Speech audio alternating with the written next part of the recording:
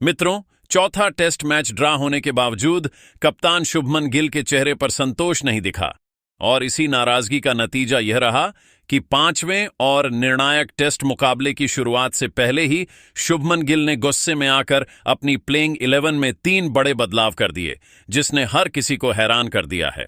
जी हां दोस्तों, भले ही चौथा मुकाबला बराबरी पर खत्म हुआ हो, लेकिन कप्तान गिल कुछ खिलाड़ियों के प्रदर्शन से बिल्कुल भी संतुष्ट नहीं हैं। इसी कारण उन्होंने 3 ऐसे खिलाड़ियों को बाहर का रास्ता दिखा दिया है जो चौथे टेस्ट में बुरी तरह से फ्लॉप साबित हुए थे। अब हर किसी के मन में यही सवाल है कि आखिर शुभमन गिल ने 5वें टेस्ट की शुरुआत से पहले कौन कौन से चौंकाने वाले बदलाव किए हैं और भारतीय टीम की अंतिम प्लेइंग 11 कैसी रहने वाली है। आज के इस वीडियो में हम आपको इन सभी सवालों के जवाब विस्तार से बताएंगे, लेकिन उससे पहले अगर आप भी चाहते हैं कि भारत इस सीरीज का 5वां और आखिरी टेस्ट मुकाबला जीतकर इसे बराबरी पर खत्म करे, तो इस वीडियो को एक लाइक जरूर करें। मित्रों, जैसा कि आप सभी जानते हैं, भारत और इंग्लैंड के बीच चौथा टेस्ट मुकाबला समाप्त हो चुका है। यह वही मुकाबला था जिसमें एक समय लग रहा था कि भारत हार की कगार पर है, लेकिन दोस्तों, लोकेश राहुल और शुभमन गिल की शानदार पारियों के साथ साथ वॉशिंगटन सुंदर और रविंद्र जडेजा की बहुमूल्य साझेदारी ने इंग्लैंड के जबड़े से जीत छीन ली और मैच को ड्रा करा दिया। अब नजरें टिकी हैं सीरीज के 5वें और अंतिम टेस्ट मुकाबले पर, जो 31 जुलाई से खेला जाएगा। यह मुकाबला भारतीय समयानुसार दोपहर 3 बजे 30 मिनट से शुरू होगा। यह मुकाबला दोनों टीमों के लिए बेहद अहम होने वाला है। एक ओर इंग्लैंड की टीम इस मैच को जीतकर सीरीज अपने नाम करना चाहेगी, तो दूसरी ओर भारत इस मैच को जीतकर सीरीज को 2-2 की बराबरी पर समाप्त करना चाहेगा। यानी दोनों ही टीमें इस ऐतिहासिक और निर्णायक टेस्ट मुकाबले को जीतने के लिए अपनी पूरी ताकत झोंकने जा रही हैं। ऐसे में कप्तान शुभमन गिल किसी भी प्रकार का जोखिम नहीं उठाना चाहते और इसलिए उन्होंने 5वें टेस्ट से पहले भारतीय टीम की प्लेइंग 11 में कुछ बड़े और साहसी बदलाव करते हुए टीम का ऐलान कर दिया है। 3 ऐसे खिलाड़ियों को टीम में शामिल किया गया है जिनकी मौजूदगी से भारतीय टीम कहीं ज्यादा मजबूत, संतुलित और आक्रामक बन चुकी है।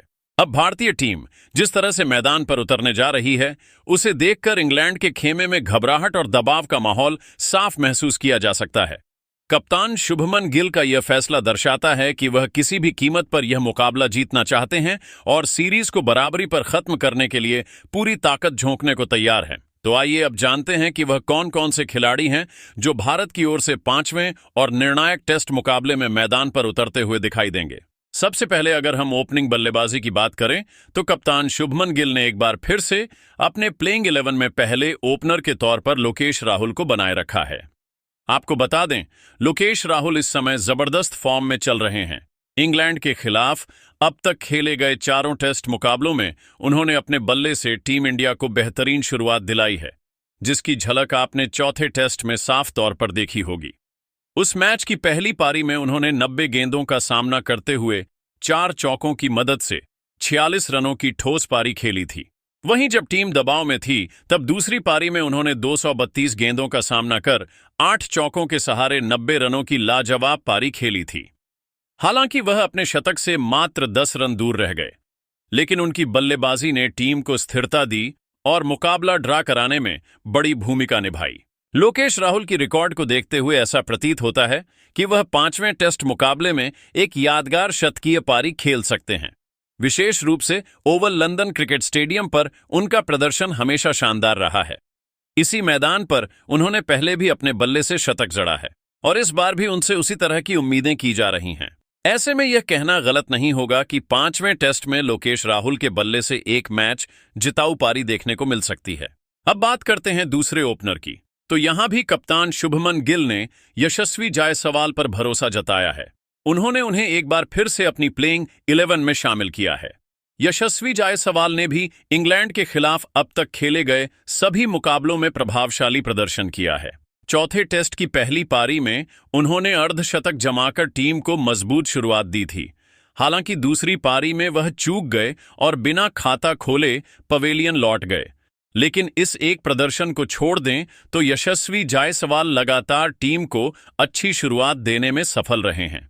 आपको यह जानकर गर्व होगा कि यशस्वी जायसवाल अब तक भारतीय टीम के लिए टेस्ट फॉर्मेट में कुल 23 मुकाबले खेल चुके हैं। इन 23 टेस्ट मैचों की 44 पारियों में उन्होंने 2 दोहरे शतक, 5 शतक और 12 अर्धशतक की मदद से कुल 2069 रन बनाए हैं। यह आंकड़े उनके कौशल और निरंतरता को दर्शाते हैं, इसलिए यह उम्मीद की जा सकती है कि 5वें टेस्ट मुकाबले में यशस्वी जायसवाल एक बार फिर से अपनी विस्फोटक बल्लेबाजी से टीम इंडिया को एक सशक्त शुरुआत देने का काम करेंगे।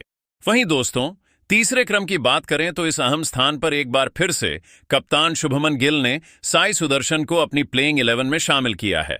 आपको बता दें, साई सुदर्शन को चौथे टेस्ट मुकाबले में भी खेलने का मौका मिला था और उन्होंने उस अवसर को शानदार तरीके से भुनाया था।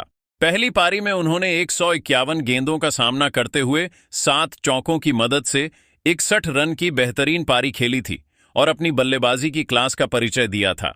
हालांकि दूसरी पारी में वह एक ही गेंद खेलकर बिना खाता खोले पवेलियन लौट गए थे, लेकिन इसका यह मतलब बिल्कुल नहीं कि वह असफल खिलाड़ी हैं।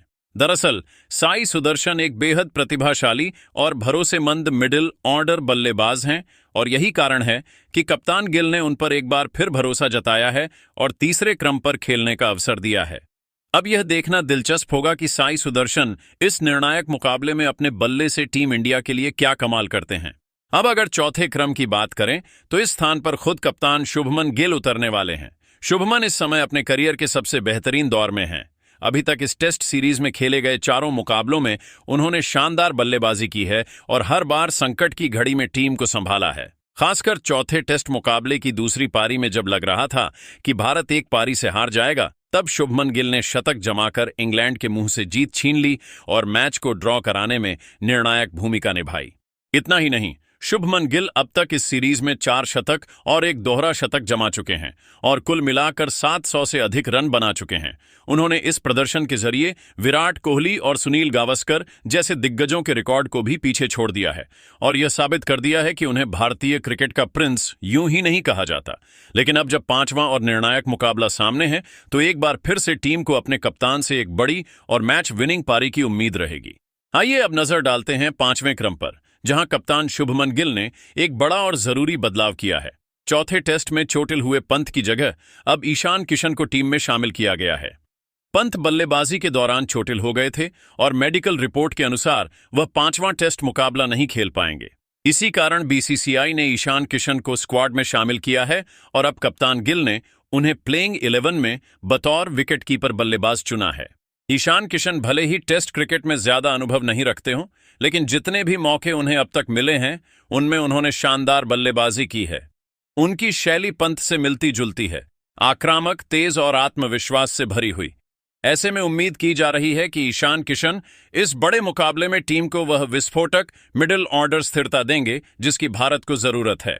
वहीं दोस्तों, अब अगर बात करें छठे नंबर की, तो इस स्थान पर कप्तान शुभमन गिल ने भारतीय टीम के सबसे भरोसेमंद और खतरनाक ऑलराउंडर रविंद्र जडेजा को अपनी प्लेइंग 11 में बरकरार रखा है। जी हां मित्रों, रविंद्र जडेजा की ऑलराउंड काबिलियत पर किसी को कोई शक नहीं है और चौथे टेस्ट मुकाबले में उन्होंने एक बार फिर यह साबित कर दिया कि वह टेस्ट फॉर्मेट के सर्वश्रेष्ठ ऑलराउंडर क्यों कहे जाते हैं। चौथे टेस्ट की पहली पारी में उन्होंने गेंदबाजी करते हुए 4 अहम विकेट चटकाए और दूसरी पारी में जब टीम को उनसे एक बड़ी पारी की जरूरत थी तो उन्होंने 185 गेंदों का सामना करते हुए 13 चौकों और एक छक्के की मदद से 107 रनों की शानदार शतकीय पारी खेली। उनकी इस पारी ने न सिर्फ भारतीय टीम को हार से बचाया बल्कि मैच को ड्रा कराने में निर्णायक भूमिका निभाई। इसलिए शुभमन गिल ने एक बार फिर से रविंद्र जडेजा पर भरोसा जताते हुए उन्हें छठे नंबर पर बल्लेबाजी करने का अवसर दिया है। जडेजा भी इस मुकाबले में बल्ले और गेंद दोनों से फिर वही करिश्मा दोहराना चाहेंगे। अब बात करते हैं 7वें नंबर की, तो इस स्थान पर कप्तान गिल ने एक बार फिर से वॉशिंगटन सुंदर को टीम में शामिल किया है। चौथे टेस्ट में उनका प्रदर्शन काफी सराहनीय रहा था। गेंदबाजी में उन्होंने 2 विकेट झटके, लेकिन असली चमक उनकी बल्लेबाजी में देखने को मिली जब उन्होंने रविंद्र जडेजा के साथ मिलकर टीम को संकट से बाहर निकाला।